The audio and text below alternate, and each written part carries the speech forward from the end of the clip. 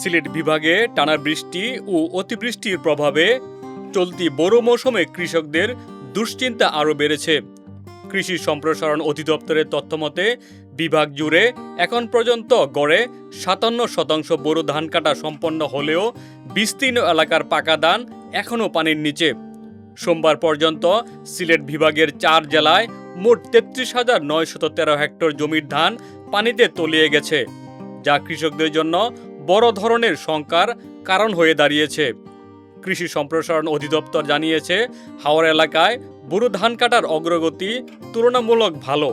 সেখানে প্রায় ৭৫% ধান কাটা শেষ হয়েছে। তবে নন হাওর এলাকায় এ হার অনেক কম, মাত্র ৩৩%। ফলে এখনও বিপুল পরিমাণ ধান মাঠে রয়ে গেছে।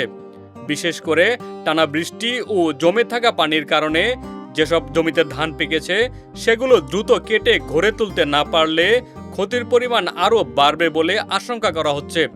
সুনামগঞ্জের ধীরাই উপজেলার কৃষক মোহাম্মদ রেজওয়ান মিয়া জানান, কয়েকদিনের টানা বৃষ্টিতে তার জমির বড় অংশ পানির নিচে চলে গেছে।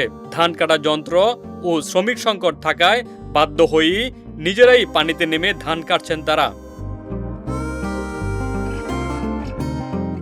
তিনি বলেন, ৩৩ কিয়ার জমির মধ্যে মাত্র ১২ কিয়ার ধান কাটতে পেরেছি।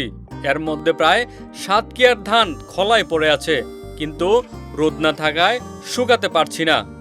বাকি ২১ কিয়ার জমি এখনো পানির নিচে। এগুলো দ্রুত কাটতে না পারলে নষ্ট হয়ে যাবে। মাঠ পর্যায়ের কৃষকদের অভিযোগ, শুধু জমিতে ধান উঠাই নয়, কাটা ধান ঘরে তোলার পরও বিপদ কাটছে না। মাড়াইয়ের জন্য খোলা জায়গায় রাখা ধান টানা বৃষ্টিতে ভিজে নষ্ট হওয়ার ঝুঁকিতে পড়েছে। ফলে একদিকে ধান কাটার চাপ, অন্যদিকে কাটা ধান শুকানো ও সংরক্ষণ, দুদিক থেকেই চাপে পড়েছেন কৃষকরা। কৃষি সম্প্রসারণ অধিদপ্তরের সিলেট বিভাগের অতিরিক্ত পরিচালক ডক্টর মোহাম্মদ মুশাররফ হোসেন বলেন, আবহাওয়া পরিস্থিতি একই রকম থাকলে ক্ষতির পরিমাণ আরও বাড়তে পারে। তিনি জানান, হাওর এলাকার এখনো প্রায় ২৫% ধান মাঠে রয়েছে, যা দ্রুত কাটা না গেলে পুরোপুরি নষ্ট হয়ে যাওয়ার আশঙ্কা রয়েছে। পাশাপাশি মাড়াইয়ের সময় খোলা স্থানে থাকা ধানও বৃষ্টিতে ক্ষতিগ্রস্ত হয়েছে, যার হিসাব এখনো চলমান। তিনি আরও বলেন, আবহাওয়া অনুকূলে এলে নন হাওর এলাকার পাকা ধান দ্রুত কেটে ঘরে তোলা সম্ভব হবে। তবে বর্তমান পরিস্থিতিতে কৃষকদের সবচেয়ে বড় চ্যালেঞ্জ হয়ে দাঁড়িয়েছে বৃষ্টি থামা, পর্যাপ্ত শ্রমিক পাওয়া এবং কাটা ধান নিরাপদে শুকিয়ে সংরক্ষণ করা। ডেস্ক রিপোর্ট, বাংলাবাজার পত্রিকা।